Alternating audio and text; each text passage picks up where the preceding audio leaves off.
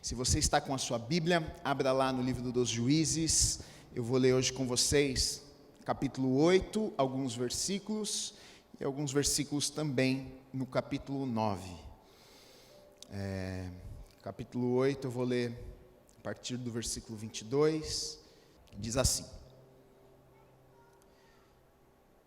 Então os homens de Israel disseram a Gideão: Domina sobre nós, tanto tu como teu filho, e o filho de teu filho, porque nos livraste do poder dos midianitas.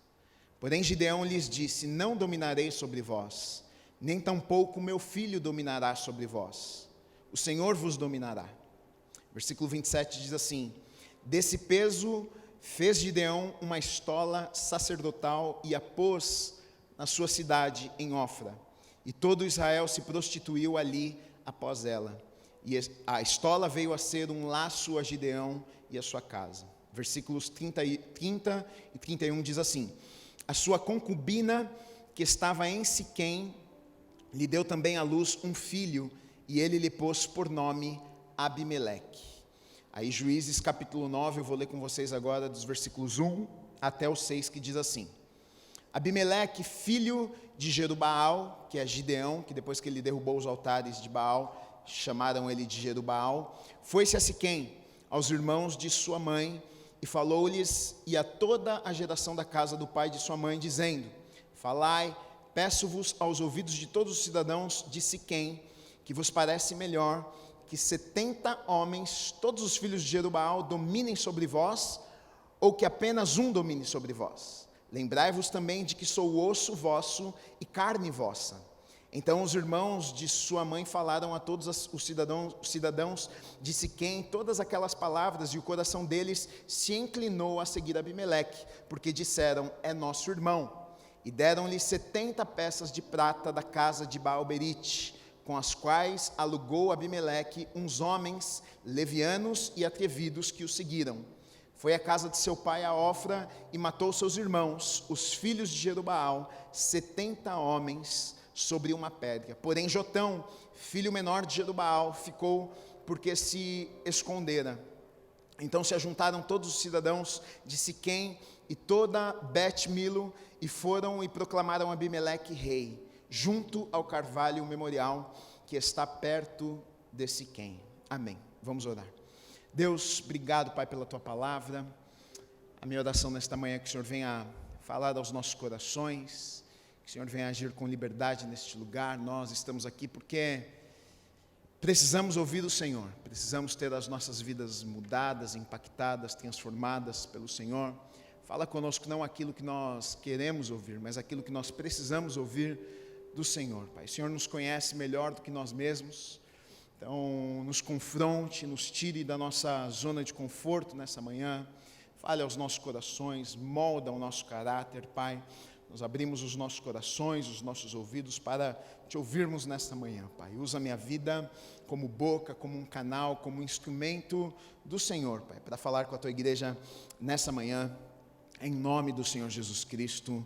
Amém e amém. Você pode aplaudir o Senhor Jesus? Amém. Olha só, semana passada eu preguei sobre Gideão, né? Nós estamos nessa série que eu dei o nome de Coração de Ferro, e eu dei esse nome, você já deve ter entendido o porquê, porque na verdade era o coração do povo de Israel. Eles estavam com o coração duros, né? Eles eram o povo de Deus, o povo da promessa, o povo escolhido, mas repetidas vezes eles se esqueciam de Deus. Eles viviam um ciclo de pecado, e aí quando a coisa estava feia, eles se arrependiam, né? Clamavam a Deus, Deus vinha, levantava um juiz para libertar o povo daquela situação difícil que eles estavam vivendo. E esse ciclo a gente vê por mais de 300 anos aqui no livro dos Juízes, né? Semana passada eu falei sobre esse juiz que Deus levantou, chamado Gideão, né? A princípio, Deus, quando o chama, Deus fala para ele: homem valente, né? homem forte, homem corajoso. Mas como nós vimos semana passada, Gideão, na verdade, ele não se via assim. Ele estava escondido, malhando o trigo lá no lagar, né? Ele está lá num lugar escondido porque ele estava com medo dos midianitas. Então ele está lá com medo, e aí Deus vai lá e o encontra num lugar e diz o seguinte: olha, homem valente, eu estou levantando você para ir lá, para que vocês possam vencer os inimigos. Ele sabia que os inimigos eram muito mais fortes do que eles. E aí Deus, de diversas formas, começa a falar com ele, porque ele até duvida, fala: não, se é o Senhor mesmo, então fala comigo assim, me mostra que é o Senhor mesmo. E aí Deus, de diversas maneiras, começa a provar para ele que era Deus mesmo falando com ele. Então ele toma a decisão de ir, de fazer, de atender o chamado de Deus na vida dele. E Deus usa de forma extraordinária. Gideão, ele tem êxito, eles vencem a batalha, eles vencem os midianitas, e Gideão se torna um grande líder, ele se torna um homem respeitado. Realmente, aquilo que Deus havia falado a seu respeito, homem valente, homem forte, as pessoas agora olham para ele e o veem desta forma, mas não era a princípio quem ele era, mas é quem Deus havia visto já nele, né? E agora as pessoas olham para ele e elas conseguem enxergar este homem valente, este homem forte, esse líder, né, que havia liderado aquela nação e tinha tirado aquela nação de um tempo de opressão difícil. Durante 7 anos os midianitas vinham e levavam todos os mantimentos, a comida, tudo que eles produziam, e eles ficavam ali de braços cruzados. Mas agora Gideão é levantado por Deus e a história muda. Então o povo olha para Gideão como um grande líder, tanto que o povo pede para Gideão, o povo chega em Gideão e diz o seguinte: olha, por que é que você não reina sobre nós? Por que é que você não se torna realmente o nosso líder? Por que é que você não governa esse povo aqui? E aí Gideão responde para aquelas pessoas e diz: olha, nem eu e nem os meus filhos vamos reinar sobre vocês. O rei de vocês é Deus. E Gideão, a resposta de Gideão a princípio está certa, porque a princípio o que nós vamos ver na história de Israel é que realmente Deus não queria que o povo tivesse um rei, porque Deus sabia que não existia necessidade de um povo ter um rei. Por quê? Porque Deus queria ser o rei daquele povo. Porém, a gente vai ver que depois do período dos juízes, de tanto o povo pedir um rei, a gente vai ver que Deus concede, Deus permite que aquele povo tivesse um rei, que foi o primeiro rei de Israel, Saul. Mas o povo está pedindo um rei e está pedindo alguém para liderar, está pedindo alguém para ser um governante deles. E aí Gideão diz o seguinte: não, nem eu e nem os meus filhos vai ser rei, porque vocês já têm um rei, Deus é o rei de vocês. Só que acontece que aquilo que Gideão fala não condiz com o que ele faz, porque a gente vai ver no texto aqui que diz que Gideão, ele pede ouro, ele pede algumas coisas para as pessoas e elas levam até ele. E o que é que ele faz com aquilo? Ele faz uma estola sacerdotal, né? Era uma coisa que colocava por cima das vestes. E quem é que usava isso aí? Uma estola sacerdotal. Quem usava era um sacerdote. E o que é um sacerdote? No Antigo Testamento, o sacerdote era um representante de Deus. Na verdade, era alguém que ficava no meio do caminho, entre o homem e Deus. Era aquele que iria lá apresentar um sacrifício, era aquele que iria lá oferecer um sacrifício para que o pecado do povo fosse perdoado. Então era alguém que representava o povo diante de Deus, era alguém que pegava e levava a mensagem, né, de Deus para o povo, era alguém que estava no meio do caminho entre o povo e Deus. E Gideão, ele diz o seguinte: não, eu não vou liderar vocês, eu não vou governar vocês, nem eu, nem os meus filhos. Mas aí o que é que ele faz? Ele faz uma estola sacerdotal de ouro, muito bonita, e a Bíblia vai dizer que isto aqui foi, na verdade, o meio de tanto Gideão, seus filhos e aquele povo se perderem, começarem a se prostituírem a outros deuses e se perderem. Por que é que isso acontece? Porque na verdade o que Gideão está fazendo é o seguinte: ele está falando uma coisa e está fazendo outra coisa. Ele está falando: olha, eu não vou ser a pessoa que vou liderar vocês, eu não vou ser a pessoa que sou responsável em apontar vocês na direção certa. Mas ele faz uma estola sacerdotal, como se ele estivesse dizendo: olha, eu sou o representante de vocês diante de Deus. Então o povo automaticamente olha para ele e diz: não, então ele falou que não vai liderar, mas ele é o nosso líder, ele é o cara que vai nos representar diante de Deus. Mas ele não queria estar nessa função, ele não queria assumir esse papel, e por causa disso a gente vai ver, a Bíblia diz que o povo se perde, o povo se prostitui, o povo isso foi causa, na verdade, do povo se perder no meio do caminho. Isso antes de Gideão morrer. Depois Gideão morre, e aí o povo fica numa situação difícil, já todo perdido, uma confusão. O povo já não servia a Deus, o povo não agradava a Deus. E aí a história vai dizer que Gideão, depois de morto, na verdade, ele já havia morrido. E aí nós lemos aqui o texto que Gideão, ele tinha 70 filhos, né? Com suas esposas, porque ele tinha muitas esposas. Naquela época era comum ter mais do que uma esposa, e ele tinha 70 filhos. E a Bíblia nos conta aqui que, além desses 70 filhos que ele tinha com suas esposas, ele também tinha mais um filho, e esse outro filho que ele tinha não era de uma esposa, era de uma concubina, né, que era um caso de Gideão, era do harém de Gideão. Qual que é a diferença? A diferença é que uma concubina não tinha direito nenhum, na verdade era só para os prazeres de Gideão, dos homens daquela época, né? Ela não tinha direito nenhum, ela não era tratada como uma esposa, ela não recebia os bens dele, não morava na casa dele. E a Bíblia vai dizer que ela tem um filho com Gideão, e esse filho que nasce daquela concubina em Siquém chama-se Abimeleque. Então nasce esse garoto chamado Abimeleque, que ao mesmo tempo ele é filho de Gideão, porém ele nasce sem direito nenhum. Ele é filho, tanto que o nome de Abimeleque significa meu pai é o rei. O nome de Abimeleque significa meu pai é o rei. Só que a gente vai ver um pouco mais para frente que Abimeleque, ele carrega mágoas e angústias e cicatrizes no seu coração por conta de tudo que ele viveu. Não é fácil a rejeição que ele passou, porque o seu pai não trouxe a sua mãe para casa, o seu pai não assumiu a sua mãe como esposa, ela era uma concubina, o seu pai não recebeu como filho, ele era filho apenas da mãe, fazia parte apenas da família da mãe, o pai não o recebeu, ele não tinha direito nenhum na família do pai de Gideão, ao mesmo tempo que ele tinha Gideão como o pai, ele tinha o gene, na verdade, de Gideão, mas ele não tinha direito nenhum da parte de Gideão. Ao mesmo tempo que ele olhava e pensava, puxa, o meu pai é um herói, o meu pai é um valente, o meu pai é um homem respeitado. Ao mesmo tempo ele se sentia rejeitado, e algumas marcas ele carregou durante a vida, e aquilo causou coisas terríveis no seu coração, que mais tarde a gente vai ver que ele toma atitudes e ele faz escolhas erradas, na verdade, na sua vida, por conta de coisas que ele carregou durante muito tempo na sua vida. É claro que não é uma desculpa, nós não devemos nos escondermos atrás daquilo que fizeram para nós, né? Muitas pessoas acabam se escondendo, puxa, eu fiz isso por causa daquilo, eu sou assim porque minha mãe foi assim, eu sou assim porque meu pai fez assim. É claro que nós não podemos viver desta forma, mas nós sabemos a influência que um pai, que uma mãe tem na vida de um filho. Você sabe a influência que o seu pai, que a sua mãe teve na sua vida. Você sabe a diferença que fez, por exemplo, se você teve um pai ou uma mãe que te amou, que te falava, olha, eu te amo, você é importante para mim. Você sabe a diferença que isso faz. E Gideão, ele não teve essa figura, né, do pai dizendo, olha, ele foi rejeitado. E aí a gente vai ver que mais tarde isso vai trazer sérios problemas.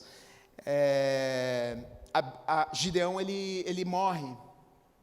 E aí depois que ele morre, Abimeleque, ele tem uma ideia. Ele fala, puxa, já que Gideão era o grande líder, ele liderava o povo, ele que dava direcionamento para o povo, ele morreu agora, como é que funciona? Naquele tempo era assim, então o filho assumia, depois o filho, e aí ele pensou, bom, então eu sou filho também, mas tem mais 70 filhos que são mais filhos do que eu, então eu preciso criar um plano aqui. E aí o que é que ele faz? Ele primeiro vai lá em Siquém, e começa a convencer as pessoas, falar com as pessoas, olha só, Gideão morreu e ele tem 70 filhos. O que é melhor, ser governado por 70 ou ser governado por um? Aí o povo acho que ficou pensando, imagina 70 governando, imagina a confusão, para tomar uma decisão 70 é melhor por um, é mais fácil, né? Então ele começa a convencer, ele falou, e mais, diga uma coisa, eu sou aqui de Siquém. Oh, minha mãe é daqui, eu nasci aqui, eu sou carne da carne de vocês, eu sou osso do osso de vocês, então eu entendo as dificuldades de vocês. Então ele convence as pessoas a o quê? a votarem nele, a colocarem ele como o líder daquele povo. Então aquele povo diz, puxa, é verdade, então vamos colocar Abimeleque como o nosso líder, como o nosso rei, como governante desse povo aqui. E eles fazem isso, eles tomam essa decisão, falam, então Abimeleque agora é o nosso líder. E aí o que é que eles fazem? Eles pegam no templo de Baal-Berite e pegam algumas moedas, fala que 70 moedas de prata, pegam um dinheiro lá, e aí eles pagam, Abimeleque paga alguns capangas lá, para acompanharem ele, e ele vai lá, e ele mata todos os filhos de Gideão, os filhos que eram dos filhos de Gideão lá, do pai e da mãe de Gideão, que eram meio-irmãos de Abimeleque. Na verdade aí só sobrou um, a Bíblia diz que só sobrou um. Ele matou, na verdade, 69 e ficou um. A Bíblia conta que sobrou um, e o nome desse que sobrou era Jotão, porque ele conseguiu escapar, ele conseguiu se esconder, e aí ele se esconde lá, e não conseguiram achar ele, e ele sobreviveu. E é sobre Jotão que eu quero falar um pouquinho com vocês nessa manhã. Jotão, ele não foi um juiz. Então hoje eu tenho pregado mais a respeito dos juízes, mas isso está aqui no livro dos juízes. Ele não foi um juiz, mas eu quero falar um pouquinho sobre Jotão, um pouquinho dessa história ainda aqui na família de Gideão, porque eu acredito que tem algumas verdades e algumas coisas que Deus quer nos ensinar e falar conosco. Jotão, ele diante daquela situação extremamente difícil, ele acaba de perder 69 irmãos. Seu pai havia morrido, o seu meio-irmão agora, ele tem um meio-irmão que havia traído, né, sua família, e aquela situação terrível, perseguição e morte, desespero. E aí ele se levanta no alto de uma montanha e ele vai levar uma palavra para o povo de Israel. Ele vai confrontar o povo de Israel, ele vai falar algo para que as escamas daquele povo, que estavam nos olhos daquele povo, caíssem dos olhos daquele povo, porque o povo não estava vendo direito, o povo não estava enxergando direito, e a função de Jotão foi levar uma palavra para que aquele povo pudesse cair na real, sabe, cair em si. Olha só, Jotão chacoalha aquele povo, e aí Jotão vai contar, na verdade, uma história. Jotão vai contar, na verdade, uma parábola. Não sei se você sabia, mas no Antigo Testamento tem algumas parábolas também, e essa aqui é a parábola de Jotão, que está lá em Juízes, no capítulo 9, dos versículos 7 até o 15, que diz assim, eu vou ler com vocês. Avisado disto, Jotão foi e se pôs no cimo do monte Gerizim, e em alta voz clamou e disse-lhes: ouve-me, cidadãos de Siquém, e Deus vos ouvirá a vós outros. Foram certa vez as árvores ungir para si um rei, e disseram à oliveira: reina sobre nós. Porém a oliveira lhes respondeu: deixaria eu o meu óleo que Deus e os homens em mim prezem, e iria pairar sobre as árvores? Então disseram as árvores à figueira: vem tu e reina sobre nós. Porém a figueira lhes respondeu: deixaria eu a minha doçura, o meu bom fruto, e iria pairar sobre as árvores? Então disseram as árvores à videira: vem tu e reina sobre nós. Porém a videira lhes respondeu: deixaria eu o meu vinho, que agrada a Deus e aos homens, e iria pairar sobre as árvores? Então todas as árvores disseram ao espinheiro: vem tu e reina sobre nós.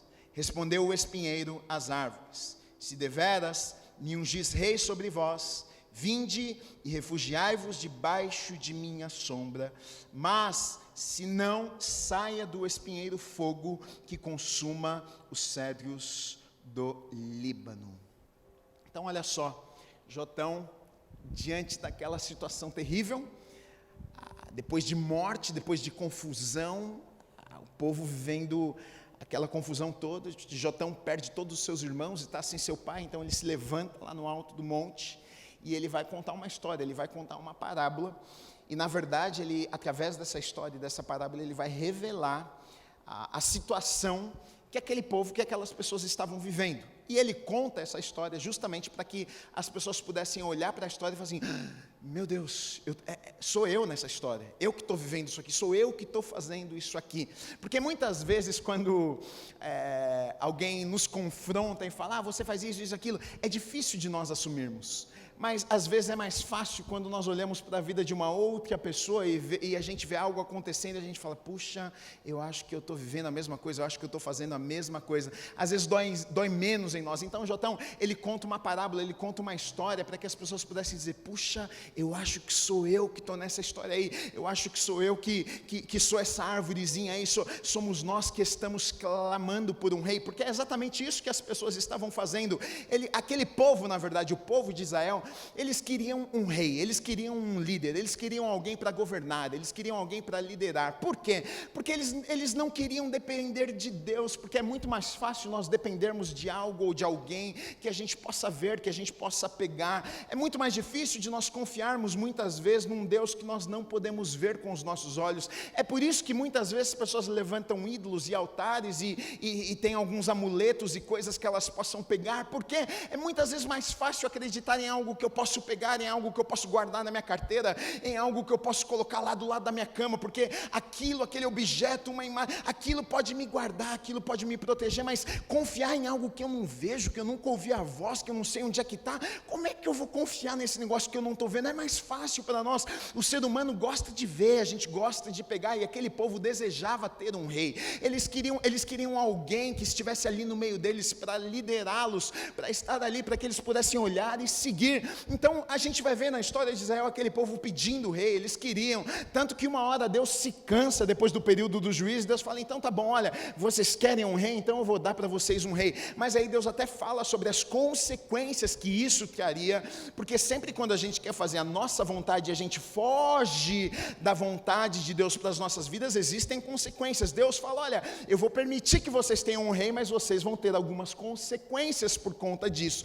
Mas aquele povo queria de todas as formas alguém para liderá-los, e Jotão ele conta essa parábola dizendo para as pessoas, olha, vocês são como estas árvores, que vocês não cansam de quererem, de buscar um rei, alguém que lidere a vida de vocês. Sabe por que vocês fazem isso? Na verdade porque vocês não confiam em Deus, na verdade porque vocês o tempo inteiro precisam de alguém que vocês consigam ver para estar liderando, tanto que no período dos juízes, o que a gente vai ler repetidas vezes é justamente isso. Enquanto o juiz estava vivo, estava liderando o povo vivia em paz e as coisas iam bem. Era só o juiz morrer, o que acontecia? Pronto, eles perdiam a referência, eles perdiam ali a pessoa, e aí pronto, agora eles já não conseguiam mais seguir a Deus, agora eles já não conseguiam mais andar com Deus, porque eles precisavam de uma figura que eles pudessem ver. E muitas vezes nas nossas vidas nós fazemos exatamente assim. A gente olha para a história e a gente pensa, Gui, nossa, que povo, hein, que precisava dessas coisas, mas muitas vezes nós fazemos exatamente assim. A gente precisa de circunstâncias, a gente precisa de situações, a gente precisa de pessoas, a gente precisa de que a coisa esteja favorável para que a gente continue acreditando que a Deus está no controle, porque se tudo isso não está acontecendo, é difícil, né, Gui, acreditar em Deus, de que Deus está liderando, de que Deus está governando, de que Deus está no controle, porque eu sou ser humano e eu preciso ver alguma coisa, mas Deus não trabalha desta forma. Na história a gente vai ver que mesmo quando o povo não estava vendo Deus, mesmo quando o povo estava se sentindo lá perdido, não significava que Deus não estava dirigindo, não significava que Deus não estava à frente, não significava que Deus não estava no controle das coisas. Eu e você precisamos aprender que nós não dependemos se nós estamos vendo, se nós estamos sentindo ou não. Nós precisamos saber que quem governa as nossas vidas, quem reina nas nossas vidas, quem dirige as nossas vidas, quem guarda as nossas vidas, quem vai à frente das nossas vidas é Deus, e nós não precisamos ficar tentando buscar em pessoas, em lugares, um refúgio, porque, mas eu preciso de alguém, eu preciso. Não, se você tem Deus, você tem tudo o que você precisa. Agora, aquele povo estava na busca, e aqui o texto usa, na verdade esse texto é carregado de figuras, porque fala sobre coisas que, se você, por exemplo, for olhar na Bíblia, vai falar sobre videira, vai falar sobre figueira, vai falar sobre, e tem muitos, oliveira, e tem muitos significados, né? Porque se você for olhar na Bíblia, oliveira, figueira, oliveira, né? Vai falar de azeite, vai falar de unção, figueira também, o texto é carregado de figuras que vai trazer muitos significados. E aí o texto aqui, a parábola que Jotão conta, vai dizer o seguinte: as árvores estavam sedentas buscando refúgio em alguém, elas estavam querendo uma direção, elas estavam buscando um rei. E aí tinha a videira, tinha a figueira, tinha a oliveira, e nenhuma destas três que foram citadas aqui quiseram virar para as árvores e cuidar delas, não quiseram dar atenção a elas, não pararam o que estavam fazendo e usaram os seus frutos para cuidar, para abençoar, para cuidar dessas árvores. Tanto que a gente vai ver que a oliveira disse: mas eu vou parar de produzir o meu azeite para cuidar das árvores? Não, eu tenho mais o que fazer. A figueira a mesma coisa, né? A oliveira a mesma coisa.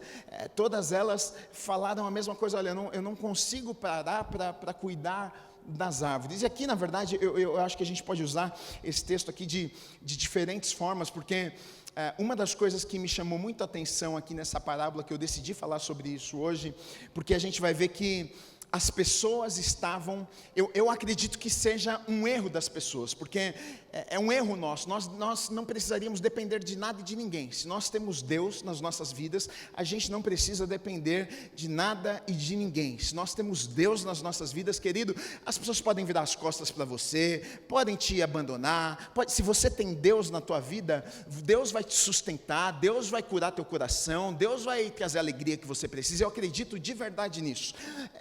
Nós não precisamos mais, as árvores estavam ali buscando. Ser humano é assim, algumas vezes a gente quer, né? A gente quer atenção, a gente quer que cuidem de nós, a gente sabe que a gente tem Deus, mas a gente também quer um azeitinho, a gente quer também um cuidado, a gente quer também, né, a pasta ali do figo, que é para curar as feridas. A gente quer esse cuidado sobre as nossas vidas. Agora, o que me chama a atenção também foi que o que acontece, a gente tem três figuras aqui de árvores que dão frutos, mas que não quiseram usar os seus frutos para abençoar as árvores.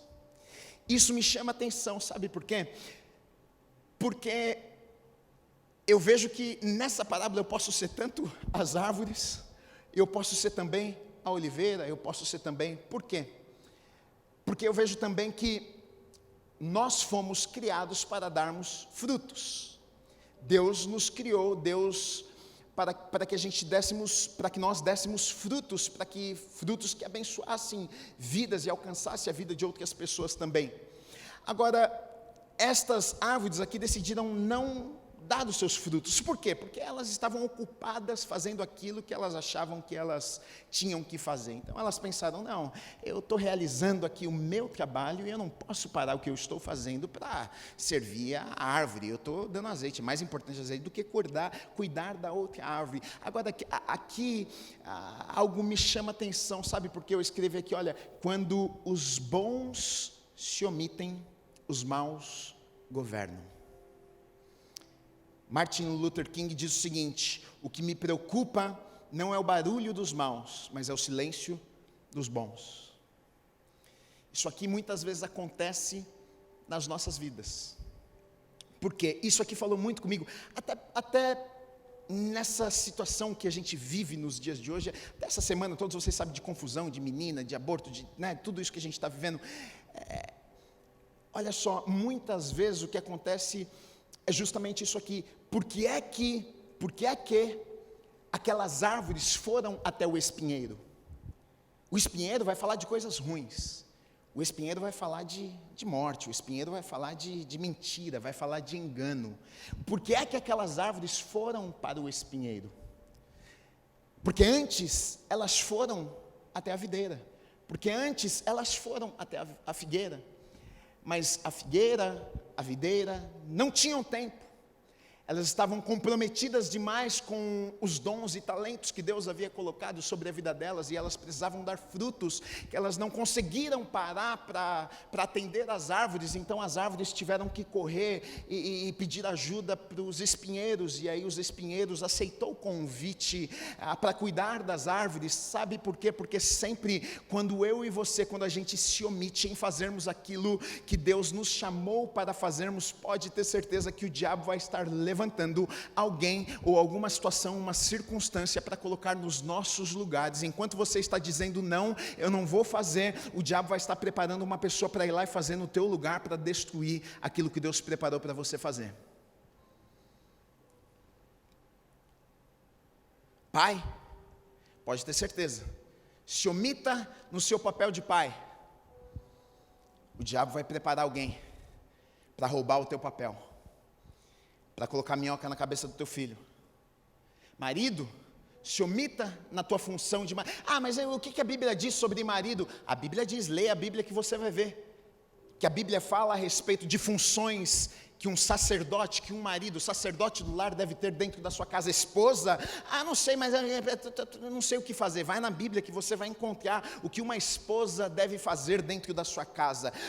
Não sei como é que eu crio os meus filhos. Vá na Bíblia que você vai encontrar orientações de como você deve criar os teus filhos. Agora, quando eu e você, a gente se omite, a gente diz, não, Gui, é que eu estou ocupado demais, até no reino. Olha, Deus colocou umas coisas sobre a minha vida, tem azeite, tem fruto, tem coisa boa que eu estou fazendo, eu estou realizando, e eu não tenho tempo para fazer essas outras coisas, eu não tenho tempo para cuidar dessa gente, eu não tenho tempo para ir lá na casa da minha família, eu não tenho tempo para ir lá na casa da vovó, porque eu tenho que cuidar da igreja. Muitas vezes a gente faz essas coisas achando que a gente está cumprindo o chamado de Deus nas nossas vidas, a gente pensa que a gente está fazendo aquilo que Deus nos chamou para fazer, e talvez não, porque muitas vezes a gente está se omitindo de algo que apenas eu e você poderíamos fazer, e se eu e você não fizermos, sabe o que vai acontecer? O espinheiro vai estar lá disponível, dizendo, pode vir para cá, porque eu vou te receber.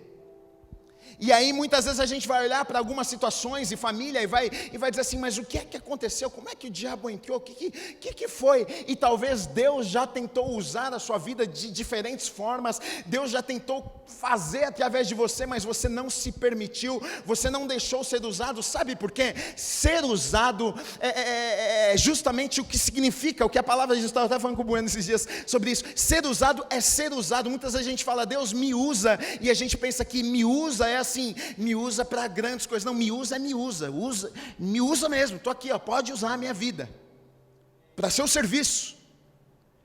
E a gente diz, não, me usa, mas a gente não quer ser usado, porque às vezes ser usado cansa, às vezes ser usado desgasta, às vezes ser usado não é confortável, às vezes ser usado não é no lugar que a gente gosta, não são com as pessoas que a gente mais gosta, mas se eu e você negligenciarmos e omitirmos e dissermos algumas vezes, olha, não, eu não quero, como aquelas árvores que poderiam ter dito, olha, eu tenho azeite, talvez eu pare um pouquinho aqui, eu vou cuidar destas árvores. E foi na verdade exatamente o que é que Jotão estava tentando falar com aquelas pessoas. Olha só o que aconteceu. Gideão, Deus deu influência a Gideão. Gideão estava escondido lá no lagar. Gideão estava malhando trigo no lagar, não era ninguém. Ele estava lá e Deus pegou, foi lá, chamou, levantou, deu influência. As pessoas agora olhavam para Gideão e ele tinha influência sobre aquele povo. Aquele povo agora olhava e falava, nossa, Gideão é um grande líder. E Jotão está contando essa parábola dizendo, olha, aquilo que Deus havia colocado sobre a vida dele, ele podia ter pego e influenciado aquela nação para apontar para Deus, para que eles pudessem olhar para Deus. Ele podia ter sido bênção na vida daquelas pessoas, mas ele decidiu não fazer. Ele falou, eu não sou a pessoa certa para liderar vocês, eu não quero estar à frente de vocês, minha família, meus filhos, não, deixa para lá. E aí Jotão conta essa parábola dizendo o seguinte, olha, os bons não quiseram fazer nada, Gideão não fez nada, os seus filhos não fizeram nada, mas aí vem o espinheiro e está fazendo alguma coisa. Então ele conta essa parábola para tentar abrir o olho daquelas pessoas de que eles estavam vivendo um engano em terem levantado Abimeleque como líder daquela nação. O espinheiro, olha só que coisa interessante, porque no texto vai dizer o seguinte, olha como o espinheiro vai se apresentar. Respondeu o espinheiro às árvores. Quando as árvores chegam para o espinheiro, olha o que o espinheiro responde para as árvores. Se deveras me ungis rei sobre vocês, vinde e refugiai-vos debaixo de minha sombra. Se não, saia do espinheiro fogo que consuma os cedros do Líbano. Que espinheiro mentiroso, rapaz. Está me enganando, né? Onde já se viu se abrigar na sombra do espinheiro? Quem já viu um espinheiro grande, alto, que nem uma árvore com folhas, que você pode entrar embaixo e ficar lá debaixo? O espinheiro, ele é mentiroso. O espinheiro, ele é enganador. O espinheiro, ele oferece aquilo que ele não pode dar. Então ele chega para aquelas pessoas e diz o seguinte: olha, vem para cá. Vocês vão encontrar aqui comigo refúgio. Foi exatamente o que Abimeleque disse: olha, não, os filhos de Gideão, não, eles são 70, vai ter confusão. Comigo eu sou um, eu sou do povo de vocês, eu sou da carne de vocês, eu sou do osso de vocês. Ele convence aquele povo a seguirem, a colocarem ele como rei. E na verdade essa história aqui, queridos, é exatamente o que o diabo vai fazer comigo e com você todos os dias da minha vida e da sua vida. Ele vai tentar de todas as formas me convencer e te convencer, de todas as formas ele vai levantar circunstâncias e pessoas e mentir para mim, para você. Vai falar: vem cá para a minha sombra, vem cá, deixa eu cuidar de você. De diversas formas o diabo vai tentar falar para mim, para você, sabe o que? Não, olha, eu vou te dar uma alegria. E aí como é que ele vai fazer isso? Como é que ele fala: olha, não, eu vou te dar descanso, eu tenho uma sombra para você. Como é que ele vai fazer isso? Ele fala: olha, eu consigo fazer isso através do dinheiro, eu consigo fazer isso através do sexo, eu consigo fazer isso através de posições, de poder. E ele oferece algumas coisas para as pessoas e que enche os nossos olhos, porque a gente olha e diz: puxa, realmente, olha, eu vou encontrar descanso, eu vou me sentir bem, eu estou cansado. E aí muitas vezes a gente acaba acreditando nas mentiras, mas o diabo não pode dar aquilo que ele não tem. É exatamente o que o texto está dizendo: olha, o espinheiro não poderia dar aquilo que ele não tinha, ele está oferecendo algo que ele não tinha. Como é que um espinheiro vai trazer sombra? E é exatamente o que o diabo faz comigo e com você. Ele me oferece, te oferece coisas que ele não pode me dar e que ele não pode te dar. Ele oferece uma falsa alegria, ele oferece uma falsa alegria através dos prazeres. Ele diz: olha, não, vá ter uma noite de prazer que você vai ficar muito feliz. E aí você está lá triste, você tem uma noite de prazer, você está lá muito triste, você usa uma droga, porque você diz: puxa, aí você se sente bem por um momento, e o diabo está dizendo: não, tá vendo, olha, eu consigo te fazer feliz. Mas ele está mentindo para você. Através da bebida ele vai te dizer: não, olha, faça isso aqui porque eu consigo, eu tenho descanso para você. Você está lá deprimido, deprimida, e aí por alguns momentos você encontra, parece que você entrou debaixo de uma sombra, debaixo de uma árvore, e é exatamente isso que ele vai fazer com você. Aí você entra e você pensa: puxa, agora está tudo certo, olha só, é verdade, eu encontrei descanso. É claro, o espinheiro vai fazer isso, ele vai fazer um convite para mim, ele vai fazer um convite para você, mas ele está me enganando, ele está te enganando, porque ele não pode dar aquilo que ele não tem. A paz verdadeira, a alegria verdadeira só vem de Deus. Querido, você pode estar no topo da montanha, você pode ter tudo que o ser humano pode olhar e pensar: puxa, se eu tivesse eu seria feliz. Você pode ter todas essas coisas, você pode ter o sexo, você pode ter riquezas, você pode ter, que a princípio você olha e fala: puxa, se eu tivesse isso eu seria feliz. Mas se você não tiver Deus no seu coração, não tem como, sempre vai existir um vazio no teu coração.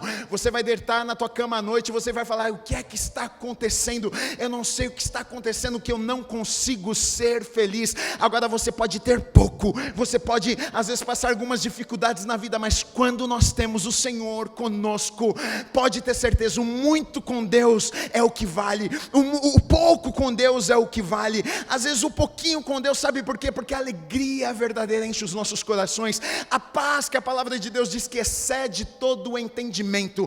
A gente não consegue compreender, a nossa mente não compreende.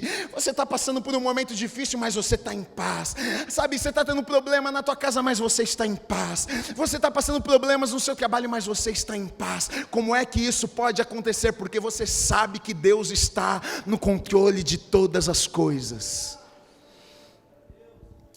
Espinheiro, ele vem contar mentiras, ele vem iludir as pessoas, ele vem dizer: não, vem para cá. Agora, eu não gosto de culpar as pessoas, mas eu acho que algumas vezes nós temos culpa na história também,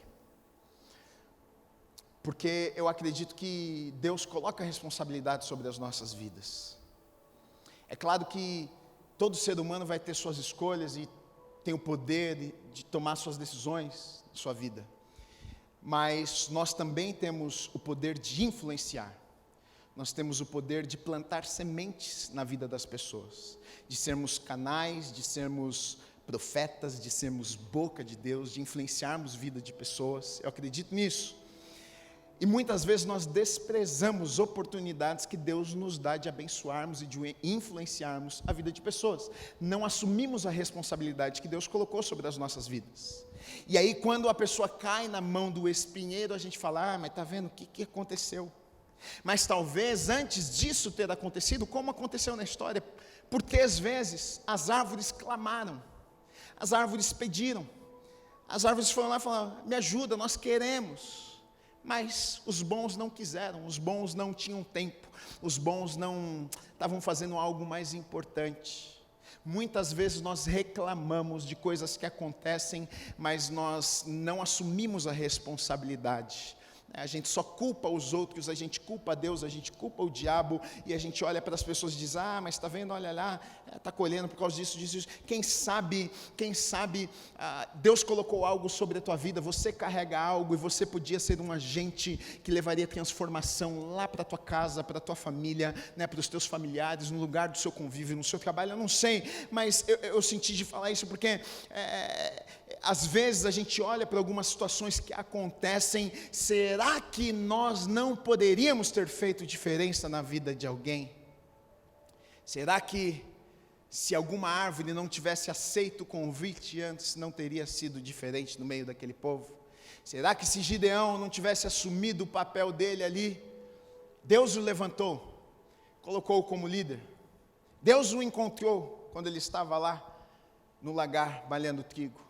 Será que se ele não tivesse dito, olha, gente, o negócio é o seguinte, eu não vou ser o rei porque Deus é o rei, mas deixa eu dizer uma coisa, se ele não pegasse e assumisse o papel de liderar o povo e apontar o povo para Deus, você olha, saibam de uma coisa, mesmo quando eu não estiver aqui, vocês precisam entender que existe um Deus, se vocês seguirem a Deus, ele não quis assumir esse papel, porque muitas vezes assumir esse papel nos dá trabalho, muitas vezes assumir esse papel gasta tempo, às vezes assumir esse papel gasta dinheiro, às vezes assumir esse papel nos tira da nossa zona de conforto, é o nosso telefone que vai tocar às vezes, então a gente nem se oferece, a gente nem se coloca à disposição da pessoa, porque vai que ela decide me ligar mesmo, vai que ela decide contar comigo mesmo, eu falei da boca para fora aqui, mas vai que ela acredita no que eu falei e me liga 3 horas da manhã, meu querido, é assim mesmo, eu e você temos a escolha de sermos ou não aquilo que Deus nos chamou para sermos, mas saiba de uma coisa, não existe nada melhor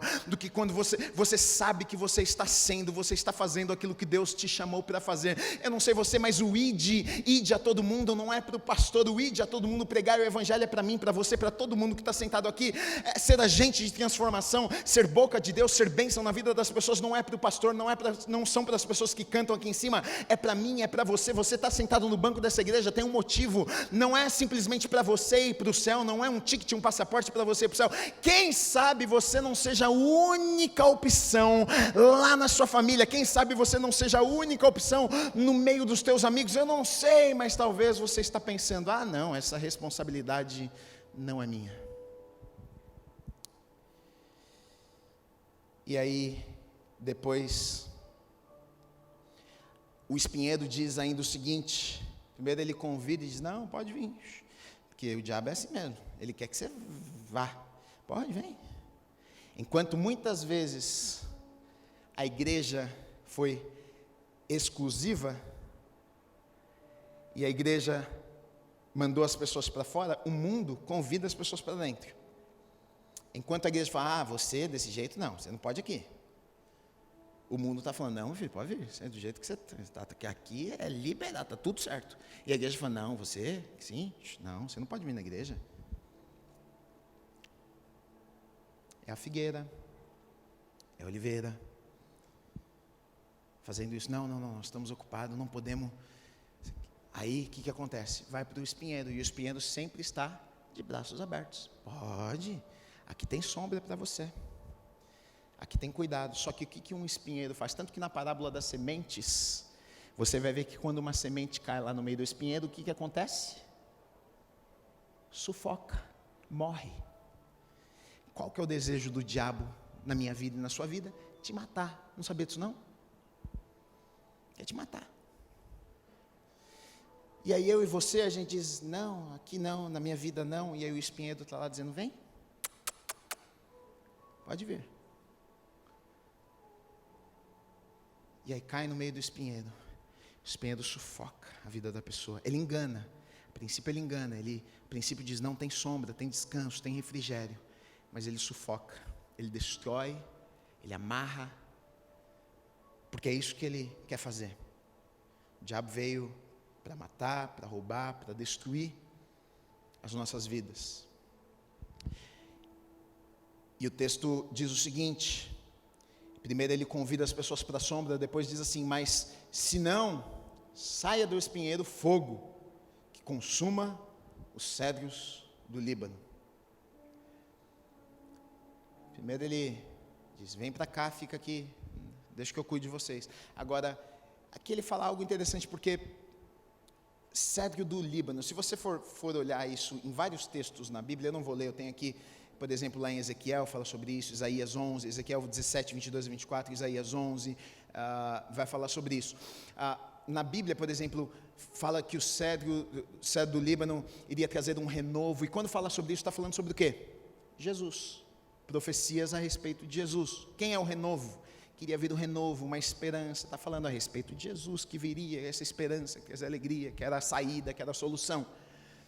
E aí ele está dizendo o seguinte, então, se vocês não vierem ficar aqui na minha sombrinha, então que o fogo do espinheiro queime o cedro. Taque fogo no cedro do Líbano.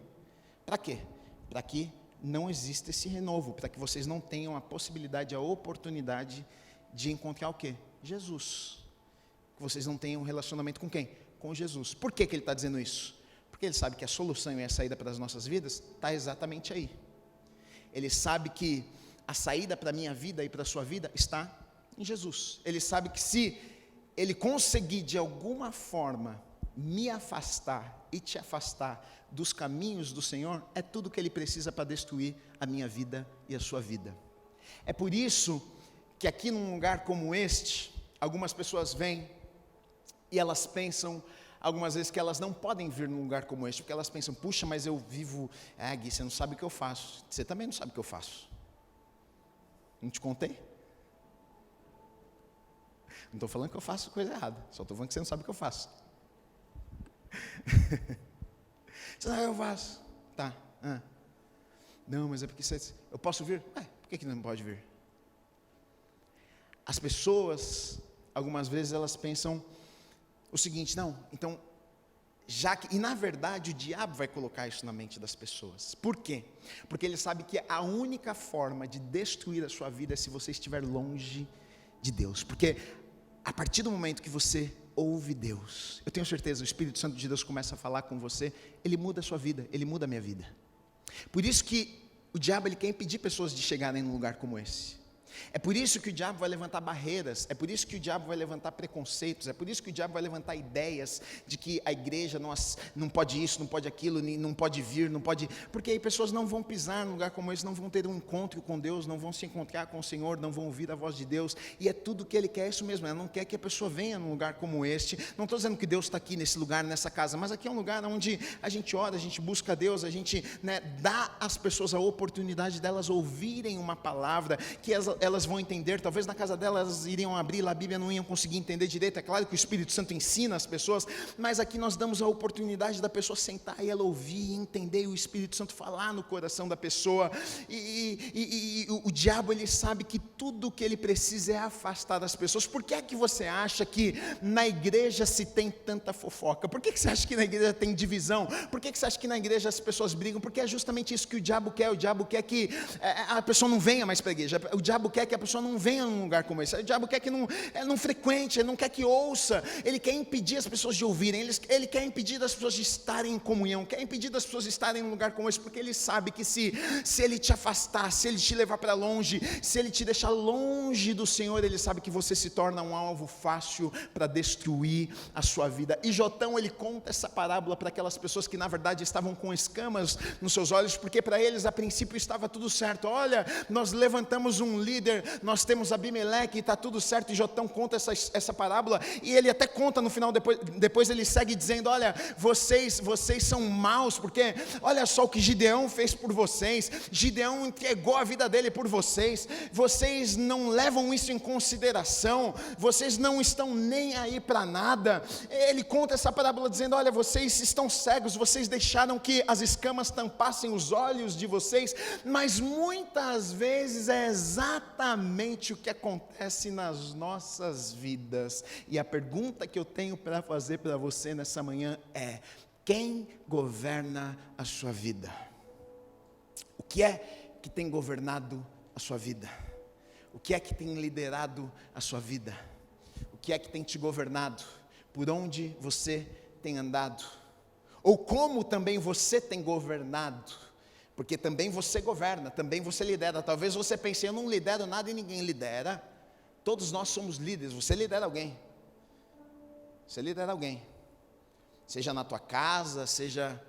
Você influencia, você impacta a vida de alguém através da sua vida. Através do que você faz, através do que você fala. Como é que você tem assumido essa responsabilidade que Deus colocou sobre a tua vida?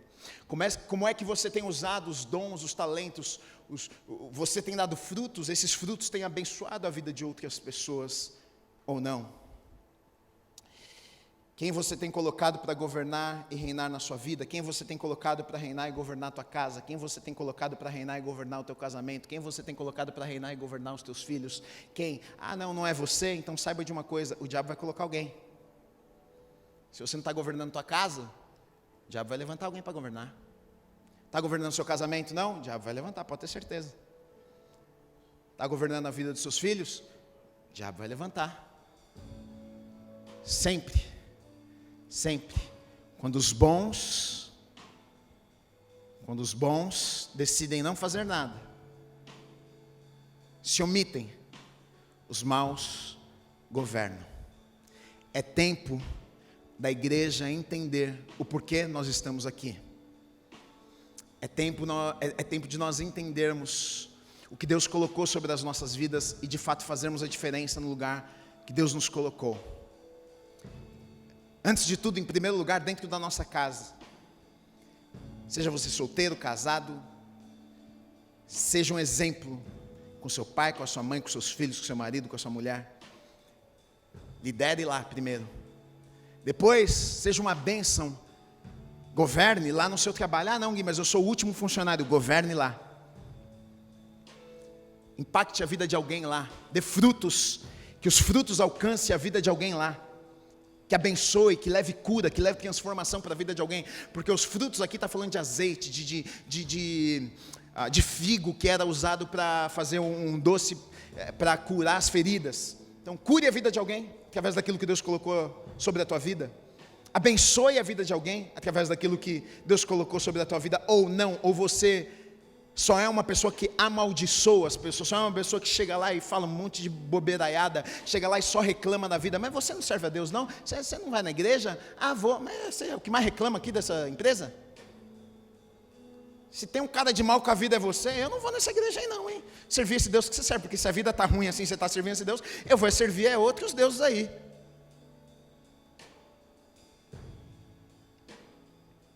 Pregue com a tua vida, não com as tuas palavras. Eu prego muito pouco, vou ser sincero para vocês. Eu prego muito pouco com as minhas palavras. Muito pouco. Tem gente que não sabe nem que, pelo que eu falo, que eu sou pastor, porque está tudo certo. Mas se chegar perto de mim, vai saber que eu sou cristão. Não estou falando isso para me achar, é nada disso não. Não é.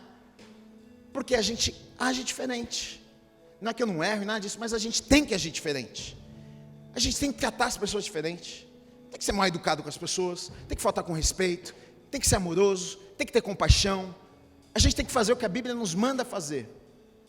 E isso aqui, esses frutos, vão alcançar, vão curar, vão trazer libertação, vão fazer a diferença na vida das pessoas. Eles clamam por direção. Quem sabe você não seja a resposta por aquilo que eles têm clamado. E se você não for a resposta, saiba de uma coisa: o espinheiro vai estar pronto para abraçar e para receber essas pessoas. Então entenda a responsabilidade que Deus está colocando sobre a minha vida e sobre a tua vida. Deus abençoe sua vida em nome de Jesus. Pode ficar de pé no seu lugar.